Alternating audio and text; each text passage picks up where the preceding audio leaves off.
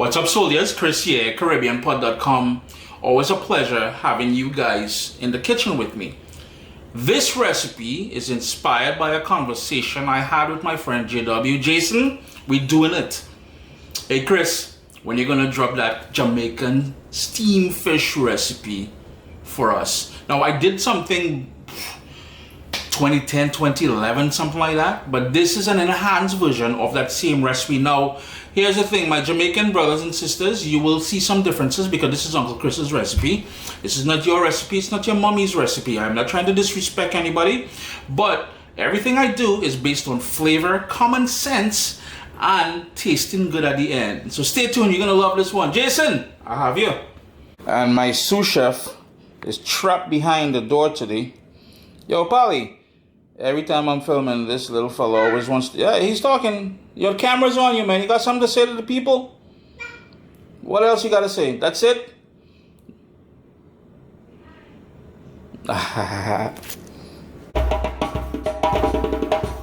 Yeah, let me drop it old school like how we used to do it before and talk ingredients. I've got okra. Yeah, your boy, pull out the chopstick.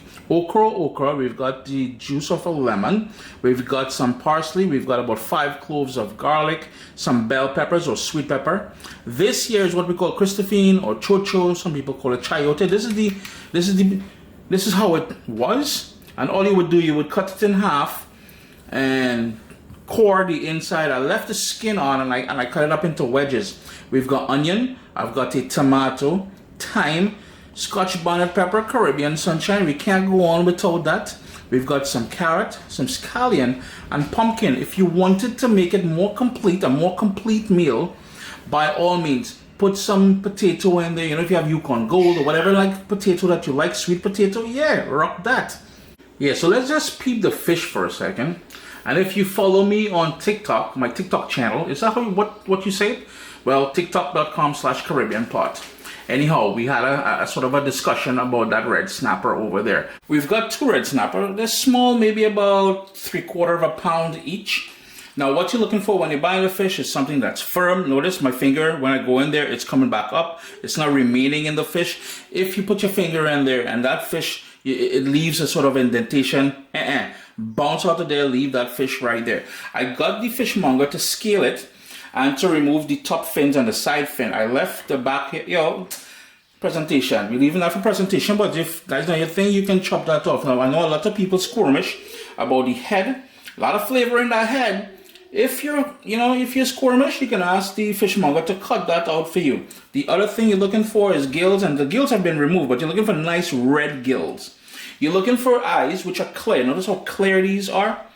They're not cloudy or anything like that. Nice and fresh. And nice and clean on the inside. And what I did was I rinsed it out. I passed my knife to make sure all the scales are gone. And I used the juice of half of a lime to wash it. Rinse it out properly. And that's where we're at right now. But you're looking for something that's firm. Something with clear eyes. Red gills. No funky smell. Oh, and by the way, we used the knife and we made 2 cuts. On both sides have cuts. That's just going to help all the flavors permeate, and every bite is gonna be finger licking. Hey, Colonel, fish taking over, boy. What's your chicken? Now, here is where Uncle Chris's recipe is gonna differ from all the other recipes you'll see online, and simply because I will season my fish totally different. I will season this dish totally different because let's face it, ladies and gentlemen, in the Caribbean, we have a serious problem with high blood pressure, heart, all those different things, right? I've got sea salt. And I'll continue more on what I'm getting at. I've got black pepper. And you notice I'm going in the cavity and on the outside of the fish. I'm going to flip it over and do the other side as well too. So salt and black pepper. Hold back on that because I am using fish stock. And later on you'll see me use that. That fish stock has a sodium element to it. We need some fresh thyme, so a couple sprigs. Let's break it and we put it in the cavity here. That's going to flavor the fish from the inside. And speaking about flavor from the inside, the other flavor I want in there is some scallion. So I'm just gonna, and you really want to squeeze and bend and all kind of thing like that because that's going to release all those oils from the scallion. So you notice Some of you call it spring onion, some of you call it green onion. We've got that scallion to go in there. And as far as seasoning the fish, that is it.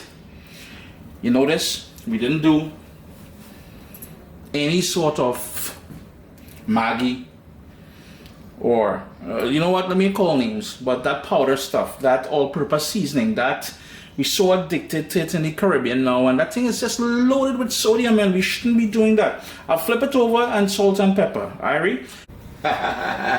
You guys didn't realize Uncle Chris got a pan, eh? Yeah, well, here's the thing. That is the widest pan I have without going outside and using them big old macro pots that I have. But that's for a different recipe. For now, I've got this on a medium flame. And again, here is where my recipe is going to differ. I'm going in with some olive oil.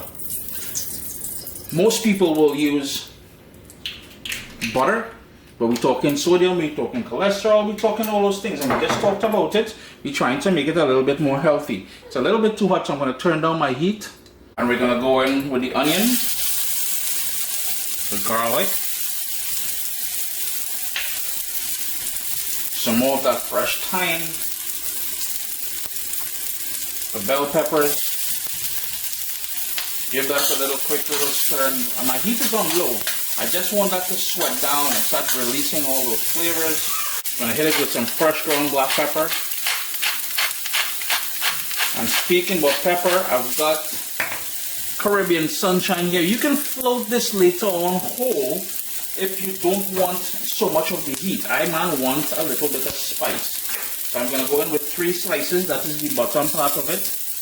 And that's going to really, you know, bring all that vibrancy out of it. The other thing I want to go in there is some allspice berries or pimento berries. We're going to toss that in there. That's going to waken up. We need a bay leaf that I'm going to crush in here. And my heat is still on low, if you're wondering. Give that another quick little stir. Now, since I'm mindful and we talked about the sodium and everything else, I'm only going to go in with a tiny bit of salt here and let that go for about 2 minutes, nothing more. Just to waken up everything. Give that another quick stir. And the kitchen is already smelling wicked, I'm telling you, man. Here's where we're going to go in with the nice bigger pieces of vegetables or ingredients. That is the pumpkin. And the reason why we're putting it now is because it's a bit more tough and it will take a bit longer. We've got some carrots in there. We've got the christophene. I'm just going to settle that down in there. And we're going to give it another minute on that low heat. I'm just going to move everything to the side like so. And I'm going to go in with a tablespoon of tomato paste. And the reason why I want it directly in the middle here is because I want it to sort of caramelize. And that's going to add, it's going to help with thicken the gravy. Later, the acidity in there is going to help balance things off. And it's going to help give it a nice, vibrant color. Yeah. I'm going to quickly move that around a bit. And here's where I'm going to go in with my homemade fish stock. And if you want the recipe for making this fish stock, all you got to do is drop me a comment down below. I want to bring this up to a boil, reduce it to a simmer, and let it cook for about 10 minutes because I want all those flavors to come together, and I want the carrot to cook, the christophene to cook, or the chocho, and the pumpkin. While that comes up, I'm going to go in with a bit more scallion, a bit more fresh thyme in there. So we started seeing bubbles, which means it's coming up to a boil. What I like doing at this point is going in with about a tablespoon of coconut cream. And that is just a block of coconut cream. I cut about a tablespoon off.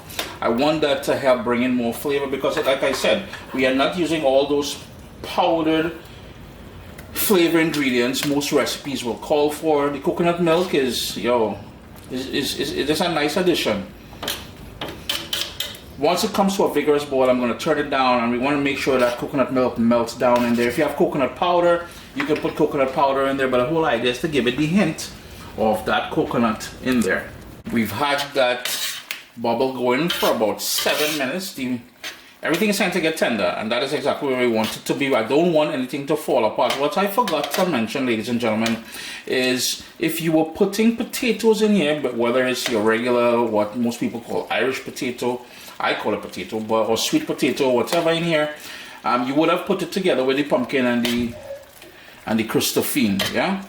What we want to do now is put that fish in there. Now here's the thing. I know the recipe, the title says steamed fish, and this ain't no steaming. This is more or less boiling, but that is the name of the recipe, and we're gonna stick to that. Keep in mind, we're trying to pay respect to the recipe itself, so we will call it steamed fish. Now we ain't done there yet. Steamed fish always have that steam snapper, always have some okra or that okra. Yeah, we're gonna tuck that in, tuck them in, and we're gonna need a lid because you got to sort of bring the whole steam aspect into things. And again, correct me if you want, but small thing, we've got the tomato going in there now, and that acidity again, I'm telling you, is all layers of flavor happening here. Correct me if you want, you would want to say, and I know many people are like, oh Chris, you ain't steaming the fish, you're boiling the fish. Okay, correct, we're boiling it then. That goes in there. Lemon juice. You're wondering when the lemon juice was going to come in? This is where it's going to come in. That's going to help. You know, it's all about balance, it's all about flavor. Go in with that lemon juice in there. Now we need a lid of some sort to cover it and to allow that fish to fully cook. I just remembered something when I introduced the ingredients to you all. What I forgot to mention, I cut off the top part, the stem part of the okra, and the bottom little niblet kind of thing. I want some more okra on there, so I went back and I dug deep. I went deep into the fridge there and I pulled out some more okra because, yo, the okra is the thing here itself, yeah? One more thing I want to quickly do is to move that aside, get some of that nice, flavorful stock water. Remember, we made our own fish stock. If you want that recipe, hit me a comment down below. And remember, we've got that coconut milk in there too, so it's pure fire. That chicken is stuffed with that thyme and scallion and everything else. We want that on a low heat, all the way down. Man can't afford a cover. Nah, small thing, I have no cover for this. So I'm just going to put a sheet pan on there and let that steam down. Just one quick housekeeping tip I will leave with you guys. I've removed the sheet pan after about 7 minutes, and I've gone in and I've got some of that gravy and I've poured it all over the fish because you want to keep topping it, make sure all that nice flavor is on top as well too.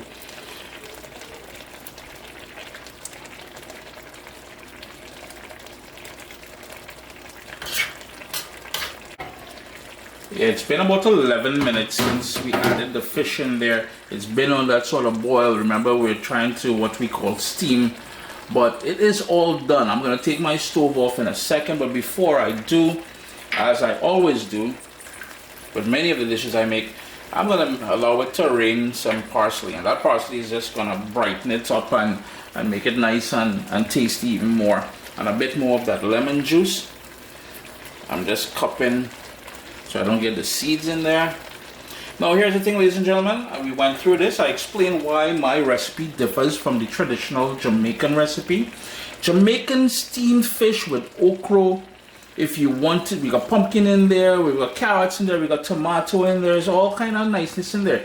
Now traditionally they would serve this with crackers, which is pretty much soda crackers or water crackers or what we call salt biscuit. Give that a little shaky shake there. But I'm on just going in just like that. I'm going in raw, man. I'm going in raw.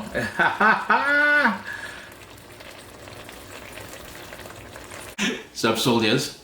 Listen, if you enjoy this recipe, I'd really appreciate it if you hit subscribe and click that bell notification thing. If you've made the recipe, take a picture and send it to me. Email address down here. I mean, trying to tell people the email address, them butts will take the address and do all kind of thing with it.